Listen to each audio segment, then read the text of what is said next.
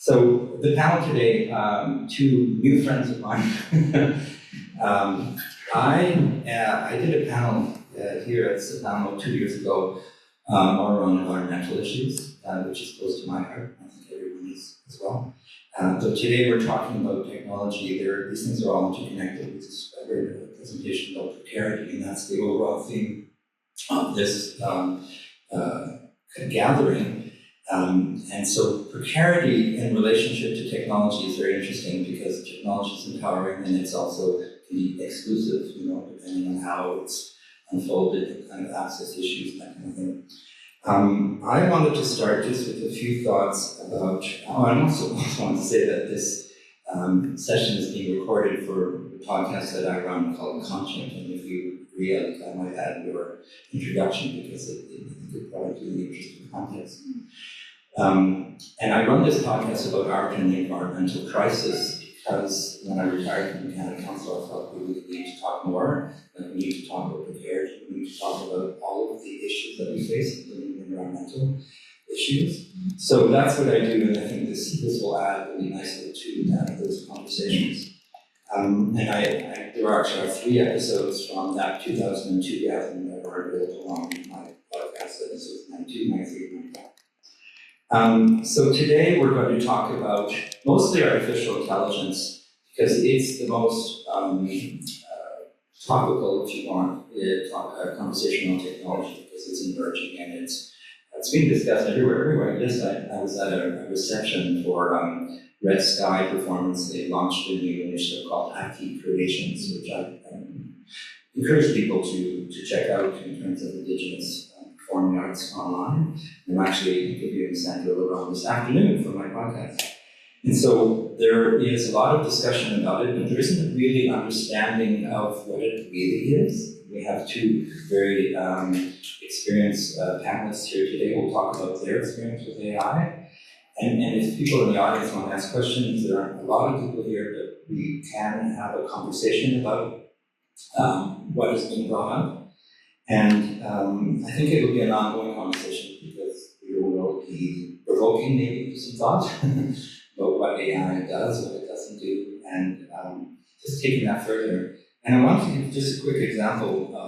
A few days ago, I attended an online presentation by Leasi Vanessa Leal Raymond from Concordia University for a project called Abundant Intelligences. And it's a research project about Indigenous knowledge and systems and how they can expand and transform AI. So it's good to know that there are multiple projects in the works that are looking at how traditional knowledges of different kinds, Indigenous knowledge, can fit into the AI paradigm. Because a lot of AI is coming now from existing sources, and a lot of it is, I'm not sure what the origins are, but if we can feed the beast, so to speak, with better content, we will have better results soon, right? I'm looking at you. And there was also an interesting statement by UNESCO and an organization called Quebec Artificial Intelligence Institute that caught my attention. I'll just read it to you. Our challenge is to develop AI systems that are human-centered, inclusive, ethical, sustainable, as well as holding up human rights and the rule of law. That's a wonderful statement, but the problem is that capitalism tends not to work that way. It tends to just get in there and want to commercialize. So there's real ethical challenges that we face, but also unlimited possibilities. And that's, I think that's the sort of dual sword that we'll look at. And I just want to add one more thing about a report that's difficult to read but important from the Policy Horizons Canada called Disruption on the Horizon. And one of the challenges or threats that they see for Canadian society is that people cannot tell what is true and what is not. So that idea of, already it's happening. I just this week, my phone started doing things I never asked it to do, and I probably gave it permission a year ago in some way I wasn't aware of it. So it's already somewhat out of control. But what they say is algorithms are designed for emotional engagement rather than factual reporting, could increase distrust and social fragmentation. So what caught my attention is this notion of emotional engagement. That's what artists do, right? They're constantly drawing our emotions and playing sometimes with them and making us feel different things.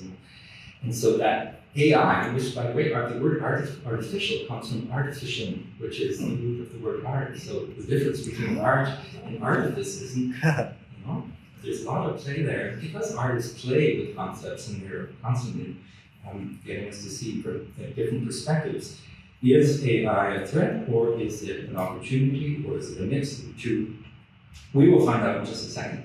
So Sean Caesar here has a project that I checked out on the internet called Maybe Might Matter. It's an exhibition, so I really encourage people, and I'll put all these links in the episode notes of the podcast. And, Sean also is the owner of Frame 5 Media and Second Shooter Sean, so he's both a businessman and an artist, among other things, I believe.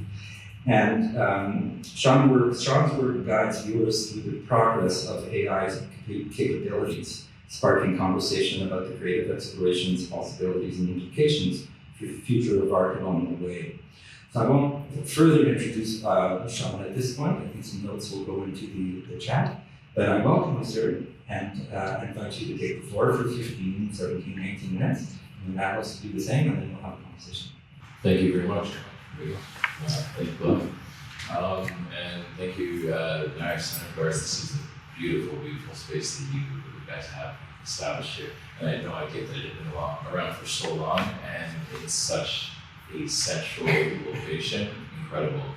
I'm here today to discuss my exploration through AI and the arts. I'm going to actually bring this straight through right now and get you started. You're going to see me doing a bit of audibles, throwing my thumb up to advance slides because that's what we're doing today. So go ahead. Without further ado.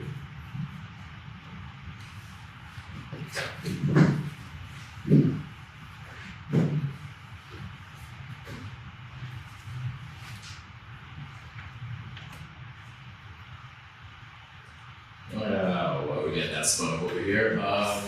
Yeah, so I did an exhibit actually called Maybe Might Matter, which is the exploration of the merging of artistry and technology. Yeah, artistry and technology. And it was actually encouraged after many of my artist friends started to decry AI in this corner where it was, they said stealing from their art.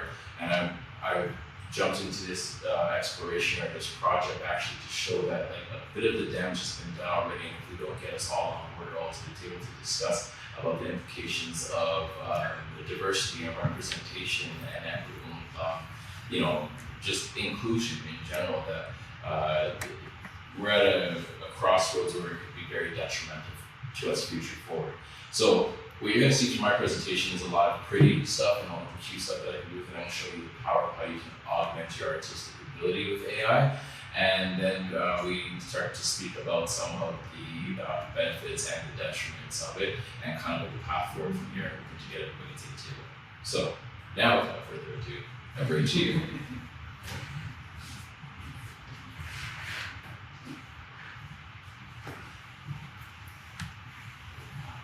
We are one slide.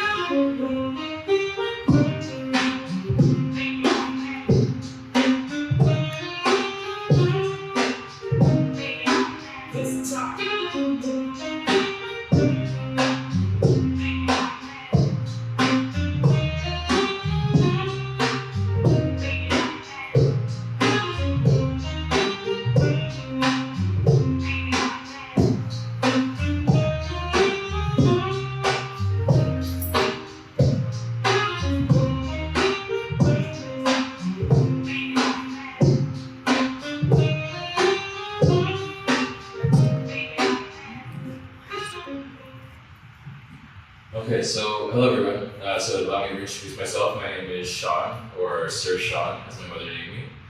And my journey with AI started from a curiosity about how technology can extend the boundaries of artistic expression.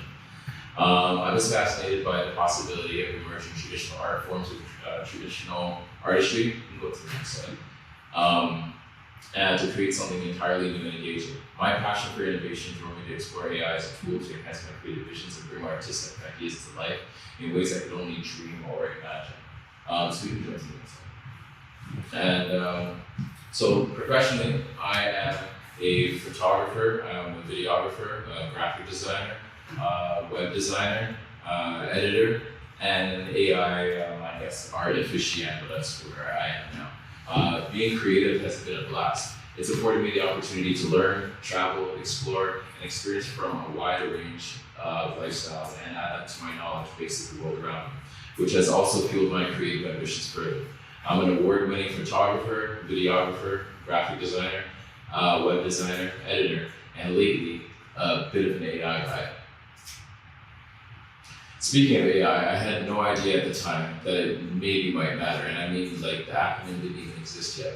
So today, I'm going to give you a brief overview as to what AI is in art as of late, my personal journey in creative exploration in AI, the importance of diversity and representation in it, presently and forward thinking, accessibility, benefits and detriments, and future forward, how you can be involved. Are we ready to jump into it? Let's do it. All right, let's do it. So we're going to talk about like the actual, what I actually do right now with my day-to-day actually is I work a lot with large language models and with text-to-image models, with some of the stuff that my clients need to have done.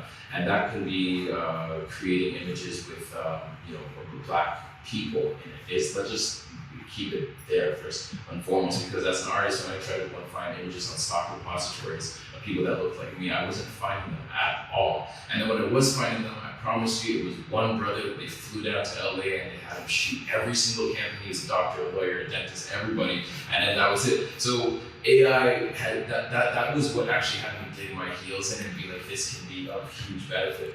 So I'm trying to show here in this slide that this is how images are actually created through AI, because when a lot of artists say that, oh, well, it's just stealing, I feel like they just put their head in the sand and they're closing their mind to like what the possibilities are. So these text-to-image models are straight from large language models, like everything that has been trawled from the internet over the past, say, 30, 40, 50 years. And it has learned and it's able to distill this information down into what it is that you're asking for. So you put in a prompt, there's large language model vectors here, you can follow my chart here, that brings you to a diffusion, which is like a pixel cloud, it's like a bunch of like little dots. It looks like the twin screens on like when you're on bad TV or whatever, the noise on TV, and then it will take your prompt and it will start to subtract from that noise until it actually repeats that and gets your final result, which we have down there in the bottom corner.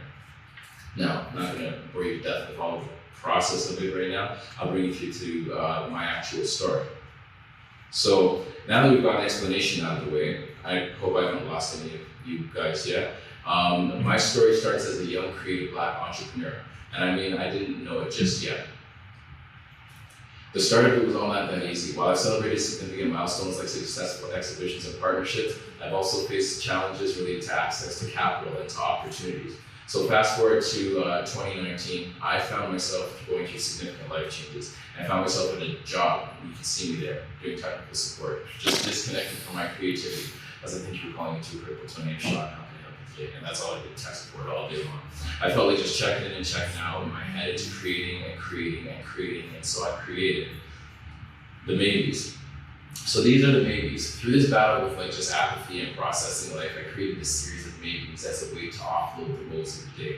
I would fill literally a page of these faces every day, just representing a range of moods and faces, and sometimes the customers on the other end of the line that I was hearing figured out that they maybe might matter one day. Oh, and then like that right there is the actual sketchbook from my job sitting at work.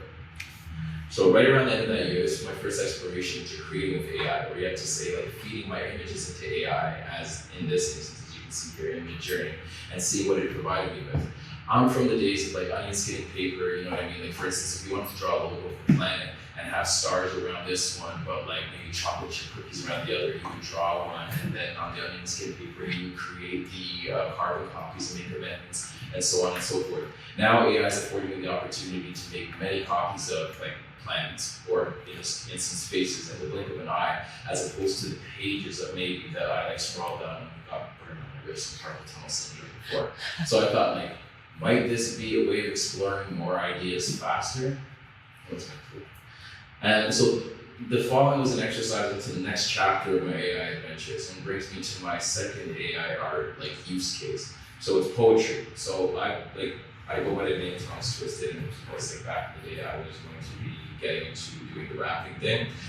So poetry as an outlet, a lifelong hobby, has followed me, and I enjoy the challenge of catching cadence and work with interesting linguistics. Most often my writings are in response to what I'm experiencing. Before mastering the world of prompt writing, the prompts writing that I shown you before, I was curious to see how the technology would just interpret my words, so my bars that I put in. So this image that you're seeing here was created off of the bars that I wrote there that said, despite the winds and woes of all the world's calamities, we found a space and time to bridge a gap within our galaxy. Genuine, no fallacy, yin and yang mentality, challenging to balance me, the ebb and flow duality. And then it gave me that, and I think it's smart, right? So people are using AI generative art to work through things in their lives. It can be a way to a very cathartic form of expression, just getting some ideas off. It can be a way to organize thoughts. Art allows people to communicate with images instead of words.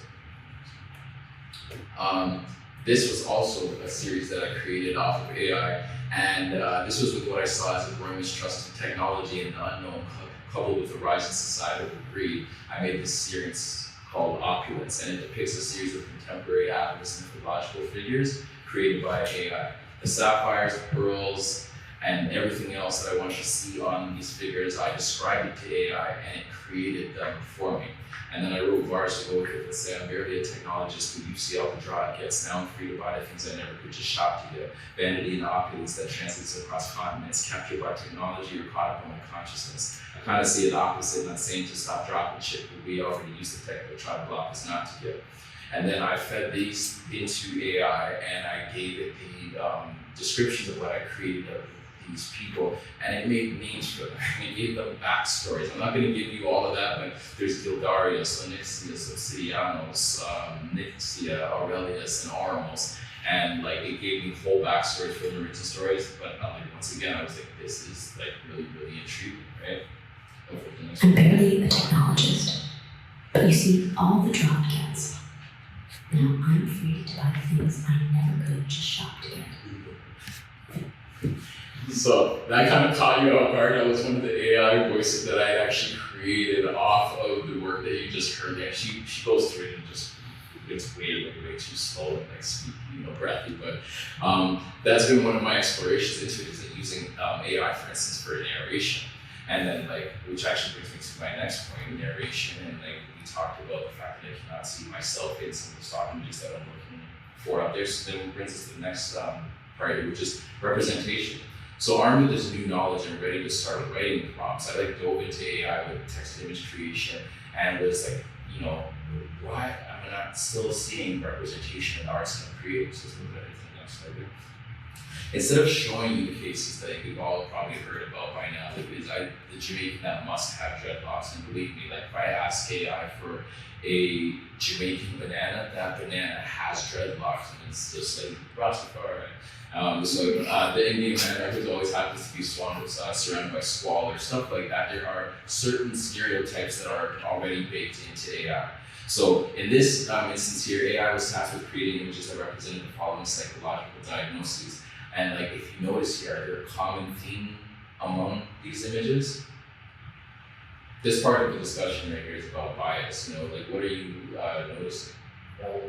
Yeah, absolutely, absolutely. And go ahead to the next slide.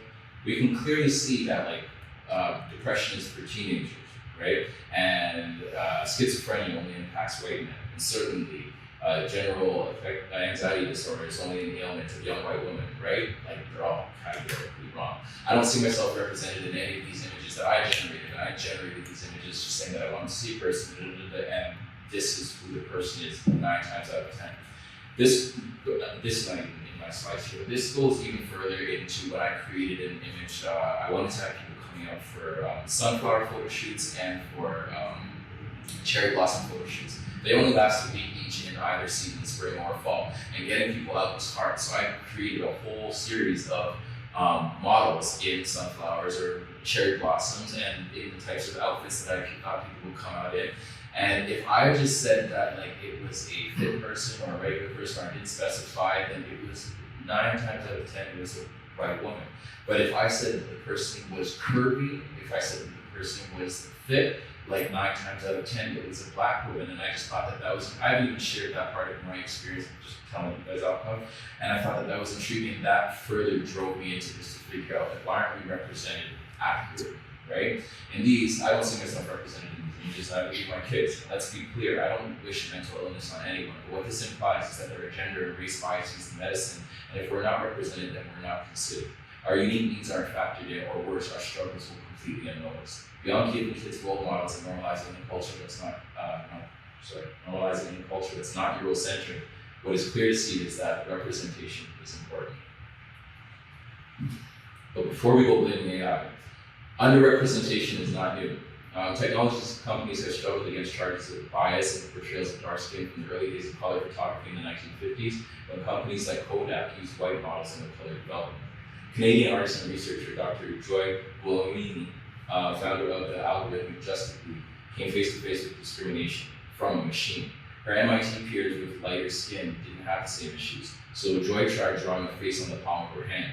The machine recognized it immediately. Still no luck with her real face, so she had to finish her project coding with her white mask over her face in order to be detected. Many questions surfaced, giving Joy the motivation and insights to start the algorithmic Justice League. You can find them online. I also noticed this, by the way, when I went to just possibly because I'm going to talk about Gary Beale's actual project here.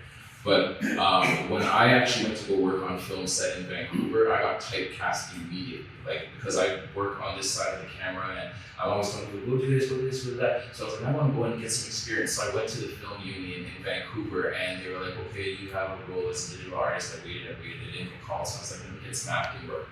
The very first 2 gigs I got cast on the Good Doctor, and I was a crackhead in Good Doctor, and then on scene 7 of The Arrow, and I'm a prisoner.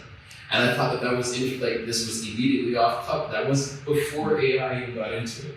Anyways, so one of the biggest one of the biggest convictions came through jump into this exploration of what I can do with AI. Came through this project created for Gary Beale's The Melody Within, where we created 15 covers for his singles as well as his album layout, featured in like there on the morning show and on Global News. I worked collaboratively with Gary to listen to the direction he wanted to take his project in artistically.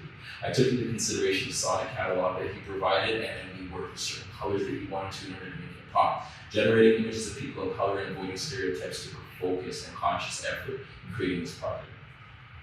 We chose to stick within a certain color palette to keep the general artistic direction consistent between covers. This allowed us to blend a mixture of surrealism, illustration, and bright colors and ambiance to create a complete body of work that was unique from anything you created from until this point. I was able to use AI to bring performers into the actual artwork and to actually be able to show all of the different images. They provide me references of Gary and KO and Jordan, for instance, and then I built the I Like That cover and that scene around them. Yeah, you can see that in that scene there. The track that it would have been playing here is Gary Beale's Good People, Good Vibes. If you have a chance, take in Gary Beale's Good People, Good Vibes. Any of his music, it's incredible. Okay, we'll go next slide. I'll put it in the episode. Okay, yeah, that would be fantastic, thank you. Okay, so that's what I'm using. And so what you're seeing here is Afro introspection. This was a series created to draw focus to the fact that there's an underrepresentation of color, and even when oftentimes represented inaccurately, stereotypically, or inappropriately. I used a sharp contrast Art Deco style with a limited color palette for these pieces to draw emphasis to this statement while still showcasing the abstract beauty of melanin in media. The emphasis on the representation of underrepresented groups, including women, people of color, and marginalized communities, is evident. And this series was to challenge the stereotypes and broaden the narratives surrounding participation in art and technology. Here I'm using them as a creative engine with Midjourney to create out-of-the-box thinking for this dental aligner campaign for Aurora dental aligners. I would not be able to get giraffe or deer to sit for me long enough or to change in order to get what I need to get done here. But creating this for dental aligners allowed us to get something out of the box, some promotional characters that were anthropomorphic animals that were just way too happy with their smile. So you can see here, we have the giraffe and we have the deer. And then like that orangutan, he works in HR for sure.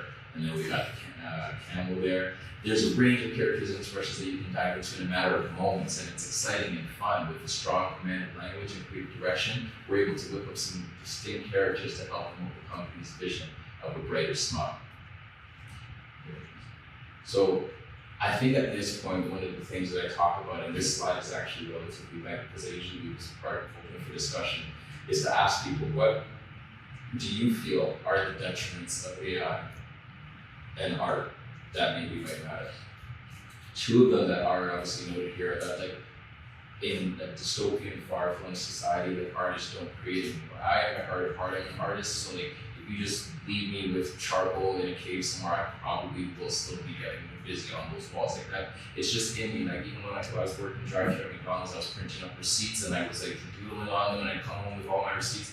I just told you about when I was working at QuickBooks and I was filling up pages, like the artist in you. So does AI threaten that? Will that light go out with artists? Then there's like safety issues and privacy concerns, and where is all of this information being scraped from? Where is all the data being collected, and why is it being collected without our information? And I try to tell people, unfortunately, a lot of this damage has already been done, and it's being done right now. And I don't want to get on a soapbox about it, but like my Android tried to update itself the other day. Now I got particularly upset about this. This is not even on here, but like because my previous update to 6.0 bricked my phone for a week, and if I can't contact my kids and I can't remember, then like that's problematic to me. But this 6.1 update that it wants to update, the newest update, and why it wants to do it is because it wants to put AI on my phone. I didn't ask for AI. I like AI in the sandbox that I can use it in.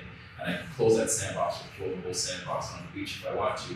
But the idea that it could be there, listening to your conversations in the background, which we already know it does to feed us advertising, and what the detriments to that in the future look like. I don't know. What does it mean like to art in the future? I don't know. So I asked in the future. No. Yeah. So I asked in the future, are artistic creations protected? Like even artistic creations that are made with AI, are they protected? Because there's still going to be authorship that should be bestowed upon the person that came around the genuine idea, because otherwise the idea never would have been manifested to begin with, right? We have copyright challenges over what has already been presented. So, sorry, but ideas do not have copyright. Like, you cannot have intellectual property on an idea. That's okay, so that's a good argument, and Ray brought that up. So you cannot have intellectual property on an idea or a concept. Yes, you cannot. You can have it on a work, on a but not on an idea. Not an idea, but on a completed piece. Yes. Okay. Or in process, but not on the concept. Right. Okay.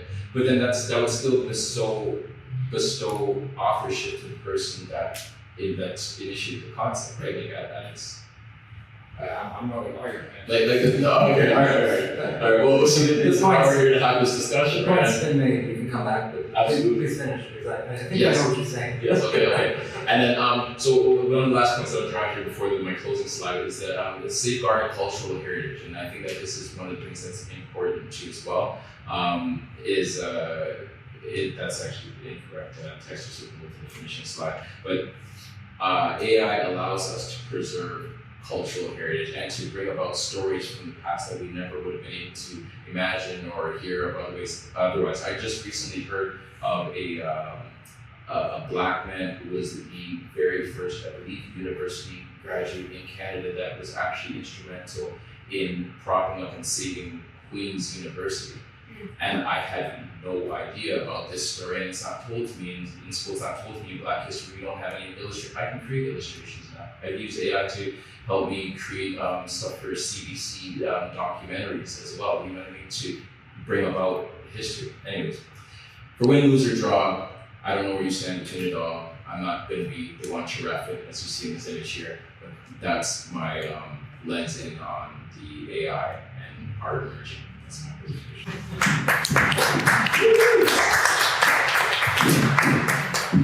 I have so many questions, Sean. We won't have time to get them all, but we will hear from Alex now. and he will pick up on some of the things he said. Alex, I just had lunch with him on Monday, and we don't know each other very well, but we've crossed paths because he's been funded by the Canada Council, and I worked with the Canada Council on all these digital initiatives and all that. Alex is president of the Hocevar Group, a full-service digital and business transformation consultation organization focused on helping organizations, including arts organizations, transform their operations through the introduction of new, innovative technology solutions.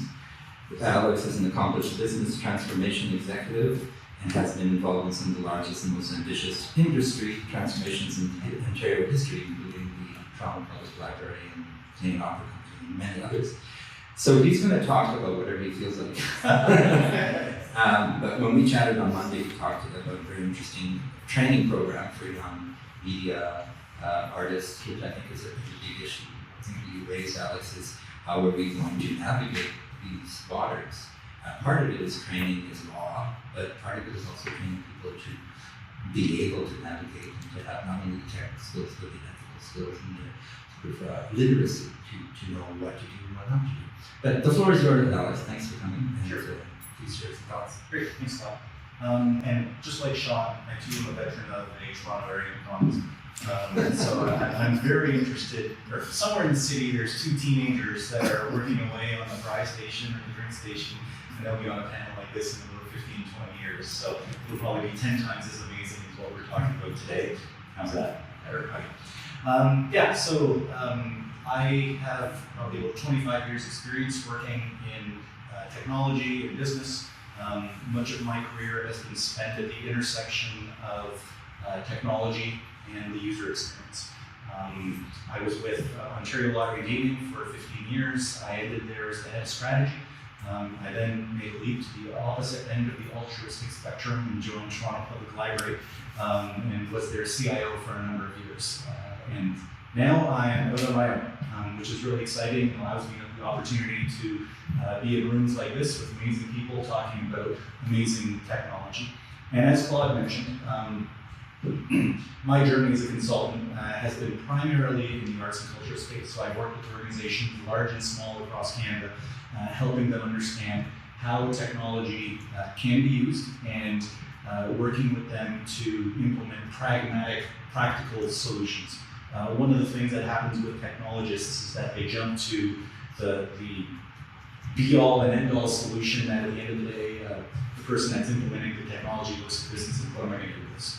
I'm paying a lot of money, it costs, or it took forever to install, and it doesn't actually help us move forward. So I've lived that, and so when I work with my clients, we look for practical, realistic solutions that help move a business organization forward towards their goals. So within the arts and culture space, as I mentioned, I work with organizations large and small across Canada. One of the larger organizations that I work with here in Toronto, Canadian Opera Company, they brought me on 5 years ago to explore how are they using technology. And this was pre-COVID. I joke with the Canadian Opera Company that one of their unwritten mantras is, we've been doing the same thing the same way for 500 years. And that's just the reality of opera. That's how opera is. It's pure in its delivery. There is no amplification. There's very little technology on stage. What you're hearing is pretty much art in its purest form. And so for an organization that has been doing the same thing the same way for 500 years, the question really becomes, how can they be using technology to better their operations? And so I started working with them to explore how we use it today, what are some of the opportunities, what are the challenges, and to build a plan to help move the organization forward. Partway through that process, something called COVID came along. And it was fascinating to see that some of the potential solutions that we talked about that might have been very low priority prior to COVID suddenly became absolute urgent, business critical within days or weeks after that March 2020 date when we all stayed at home for many months and years. So it's incredible to see how quickly technology can begin to impact an organization. So whereas something like an opera company or some of the other arts organizations may have not been very big into streaming before, well, when you can't assemble thousands of people in your auditorium or your hundreds or tens, suddenly the ability to maintain that relationship through something like streaming the internet, it becomes absolutely critical. Even more simple, something like laptops. Many organizations didn't invest in laptops. Suddenly, when everybody had to work from home, everybody wanted a laptop. And we can all probably remember it was almost impossible to find a laptop anywhere in Ontario for the first few weeks and months after COVID. So, working with organizations like Canadian Opera Company, National Ballet of Canada, etc., there's the element of how is the business run? Are we using the right pieces of technology? Are we finding the right partners, etc.? But then there's an element of within our ecosystem, are we working towards making sure that the artists they work with have the knowledge, have the understanding, have the access to new pieces of technology like Sean was talking about here. And the reality is it's incredibly challenging for many artists to get their hands on a lot of this technology. It's not something you can go to Best Buy, it's not even something you may be able to go onto the internet to get for free.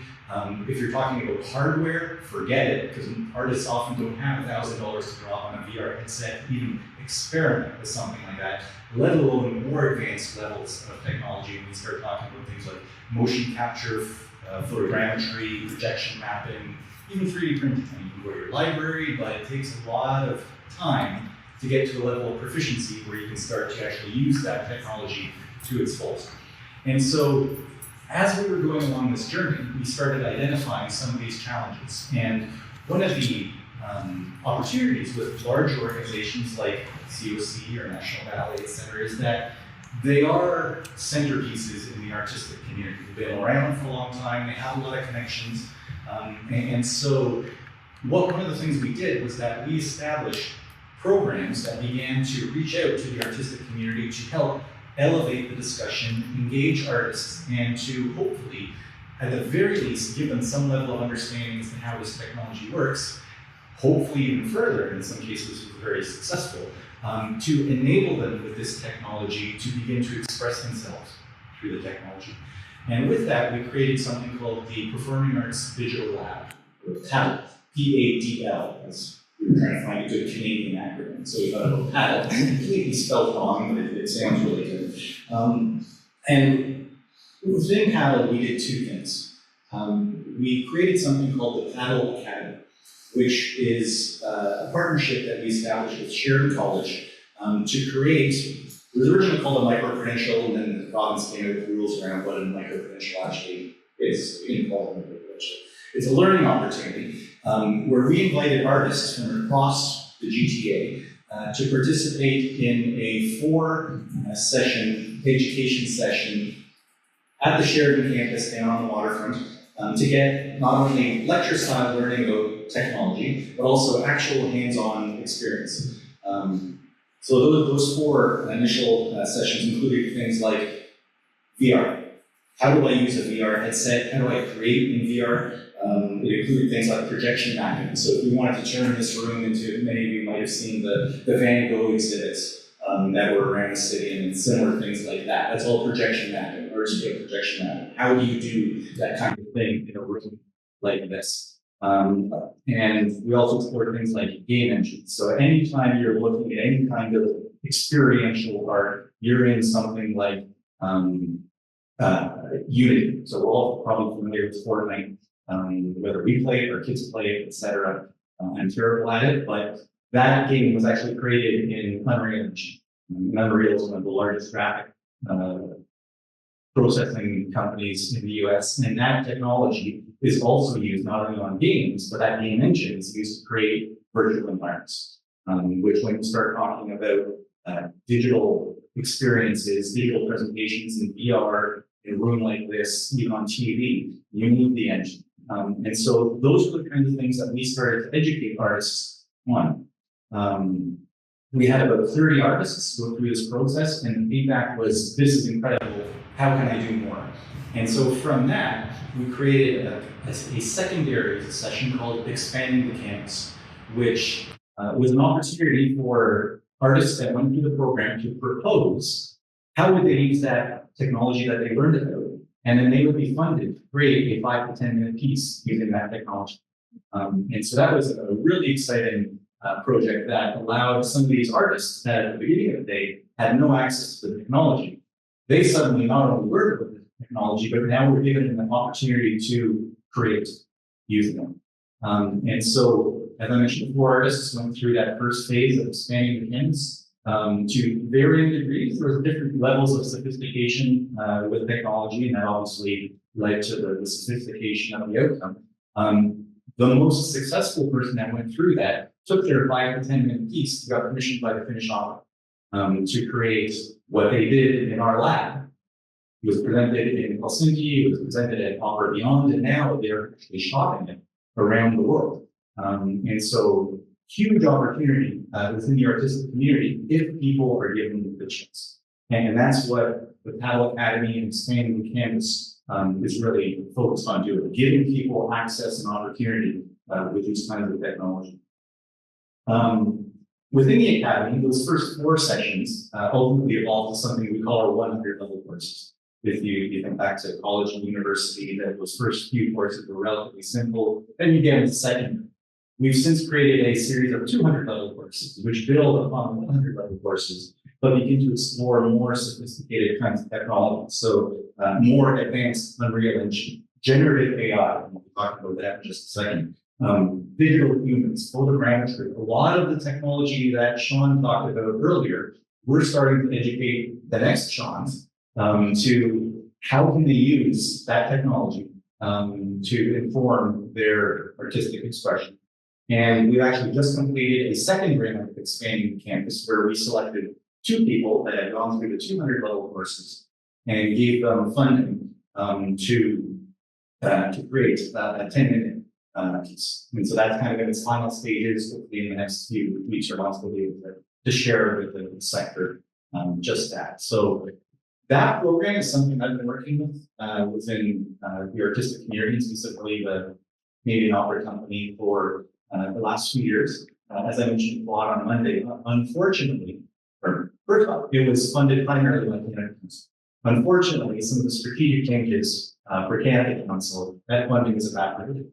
So although that program was incredibly successful, we have no funding to do the 3rd round, the 4th round, et cetera. So right now we're strategizing as to how do we keep this afloat. It went so well, we can't just let it die. And so right now we're looking for additional opportunities to gain funding, and considering the relatively low costs and the number of people we can send through and the successes we've had, we think there's a compelling story there to continue. That's kind of on the creative side. Specifically to today's conversation, I've had a lot of experience with working with organizations, implementing and exploring artificial intelligence solutions. And the way that I see artificial intelligence is really on a spectrum. On one end of the spectrum, you have the fairly low, we'll call them low risk, some ethical consideration, minimal moral consideration, minimal legal consideration, and how can you use this technology to affect and improve your work, your business, your life, etc. These include things like basic use of something like ChatGPT. If I type something into ChatGPT and I get feedback, it's probably not going to tell me to go metaphorically jump off. It's going to give me some information. I need to disseminate if this is worthwhile, if it's valuable, etc.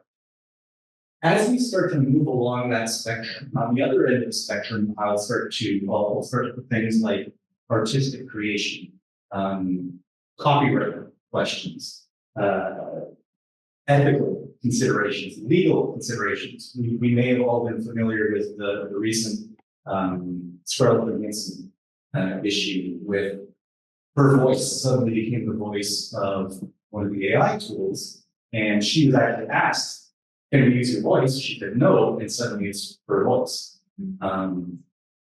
As you start to move across that spectrum from basic office productivity to the other end, where you are actually mimicking humans, you may be taking human ideas and representing them, you may be creating art, etc.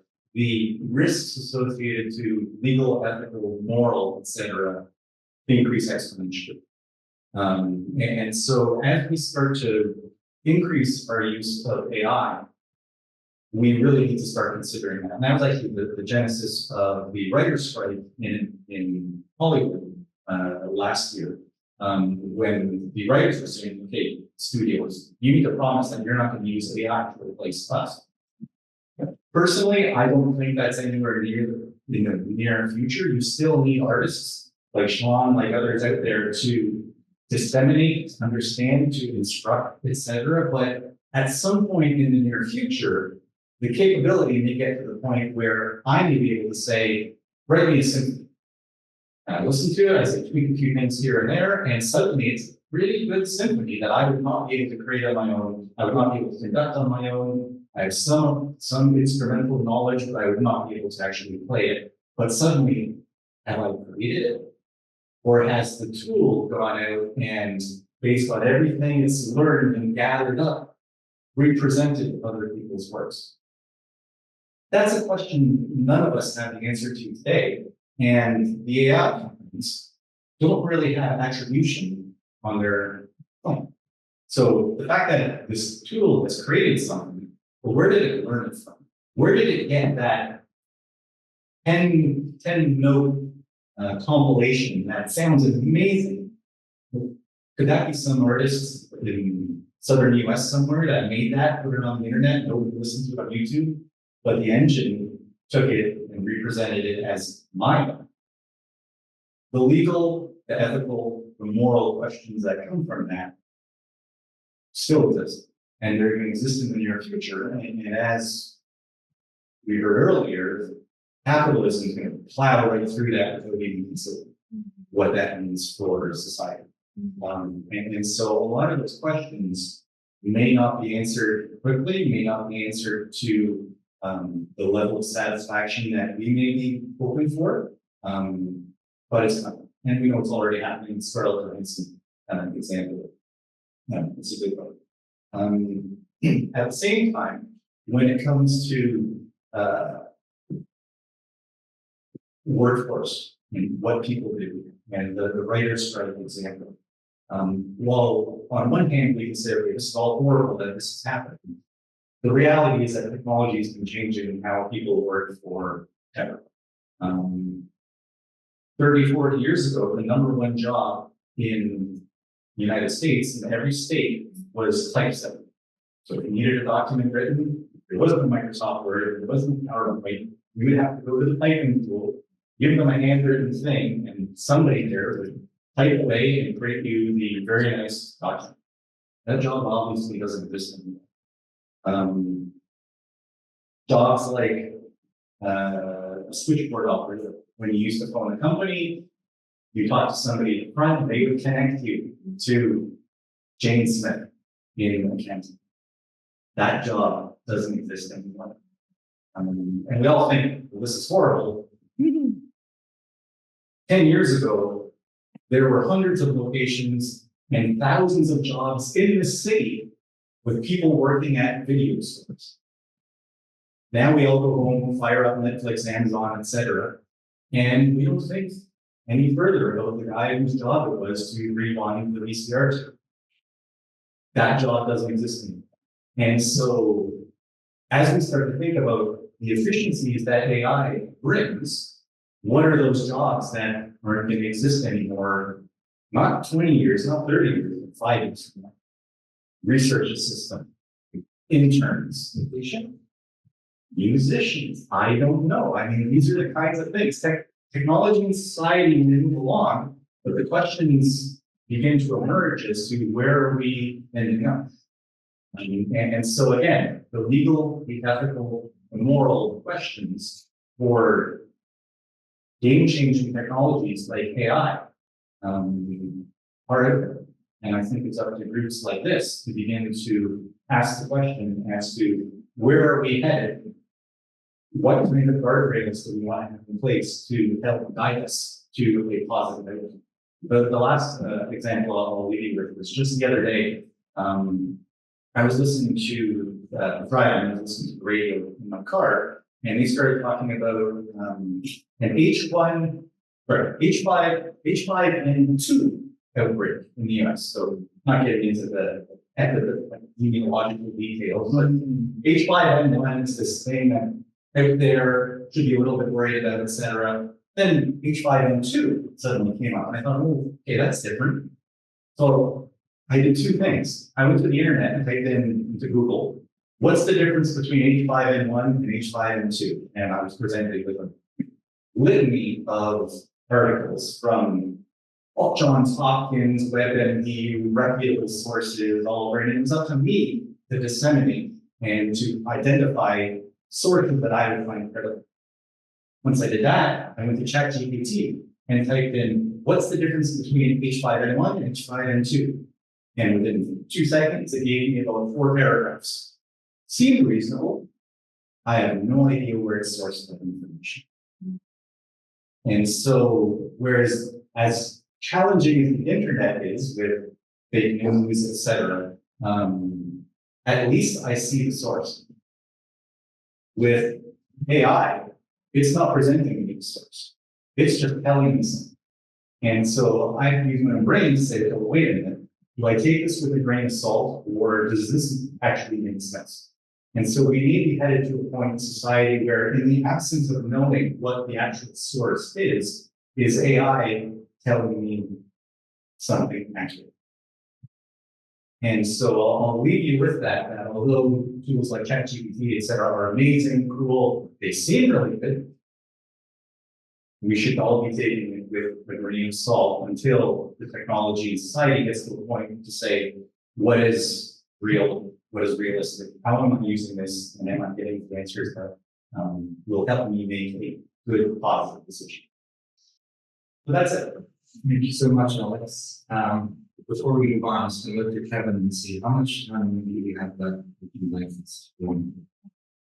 10 more minutes, okay.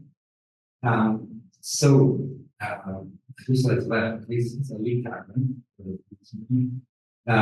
But she said something really interesting before this time, and she talked about the overproduction and slowing down.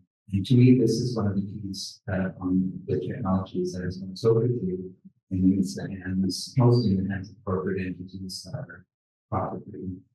Can we slow down a little bit while deepening our use and appreciation of this use and work through some of the processes? This is my question broadly, because it just seems to go on, there's like a race to what end, to faster. You know, we really should be looking at how this technology enhances our quality of life. And we shouldn't be looking at the sustainability of the planet, all these farms, digital farms around the world, sucking energy and just grow. It's really just impossible to grow. And so there's a dilemma there, environmentally, morally, and yet the technologies allow us to speak today. They allow us to do so many things. We were very clever in our use of technology. So we deepen our intelligence. In the last 10 minutes, I want to know if there are questions from the floor, either online or in the room here. I know that there's been one comment that during the presentation. Is there anything you'd like to answer and sort of comment?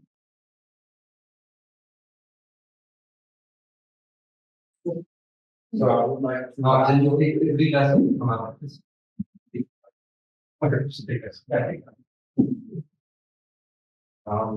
So I would like to ask you about accumulation, right? Because for me, AI, it's a tool of accumulation. It's a capitalistic tool that is intended to help the few to accumulate more and to discriminate the most, right? So what do you think about that?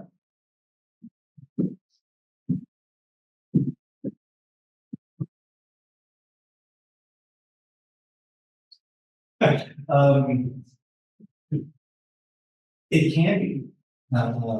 I think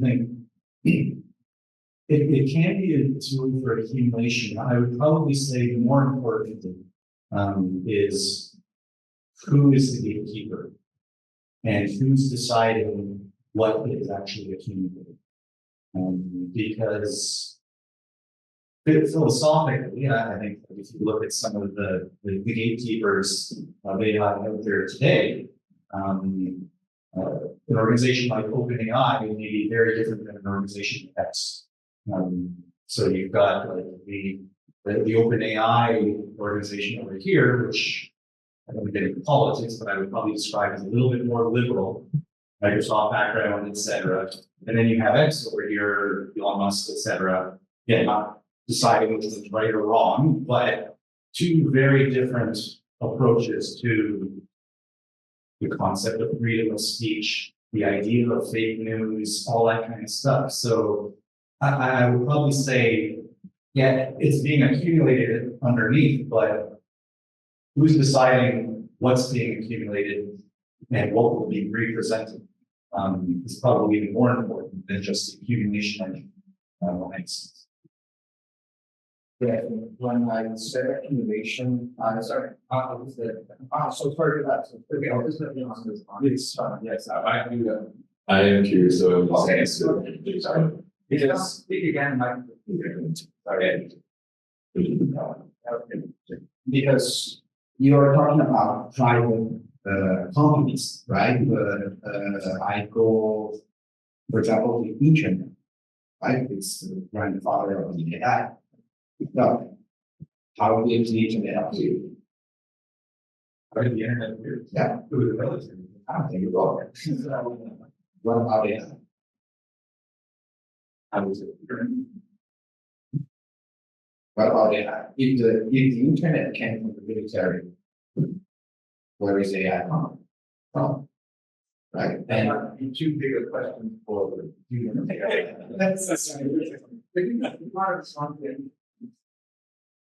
I wanted to kind of say that the damage has been done.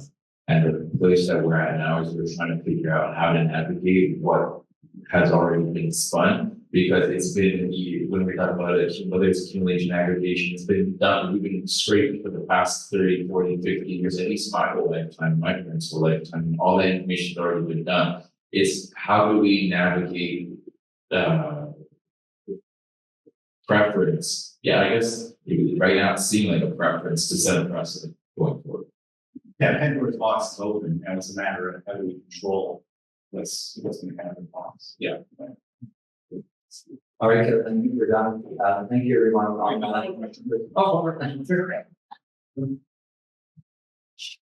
So just to, just hearing these conversations about AI and stuff like that, I've been using, as a musician, I've been trying to understand AI and what's in it for me, and, what it, like coming from an old school, like, go out in bars and pubs and festivals and play, what does AI have to do anything with us for that matter, right? Like, so as part of my upskilling, like I was trying to understand even the companies where there are like, AI, ChatGPT is something that we all know, we're very clear on this side of things, but there are companies that are also working and the ethical side of things and the unconscious bias that we are talking as humans are being programmed into the AI. So it's good that we are talking about AI in 2024 and not in 1970s or 60s or even before, because there was never a term for an unconscious bias. Probably at that standpoint, with the terms that we have, in this day and age. So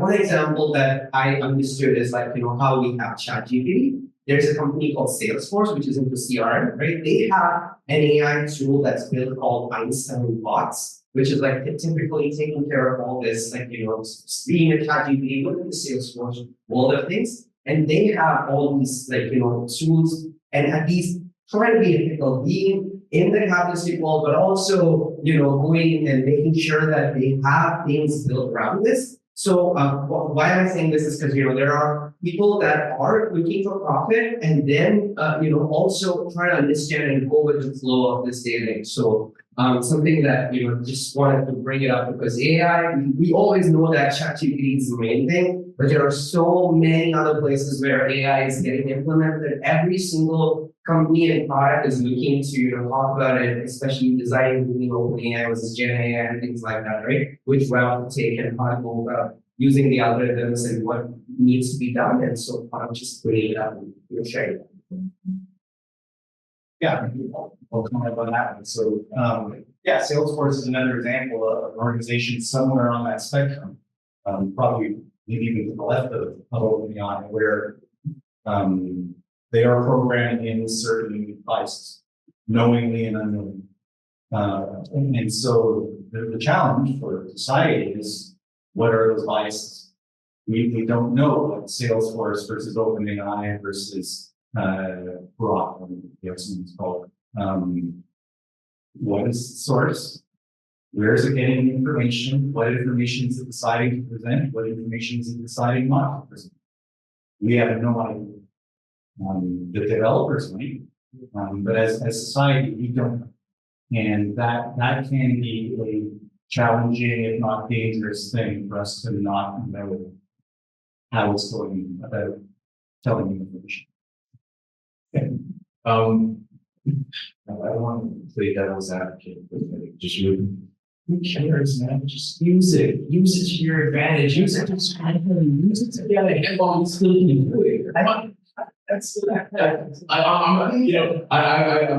huge proponent for like, okay, like the toothpaste is already out of the tube. What can we do with it right now? I'm gonna give you guys some free demo right now. So it's that like one of the things that I've been doing is I've got like this audio present here the whole time. Clicking to just make sure that you save your audio versus conversation that you have with somebody.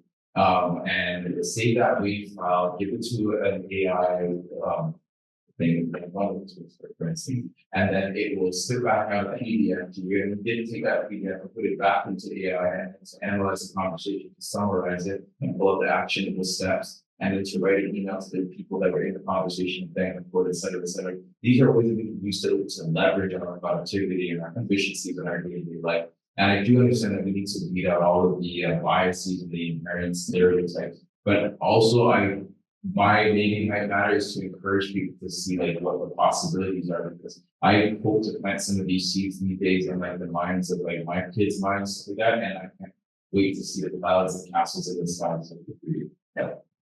If I could just add 10 second level to that.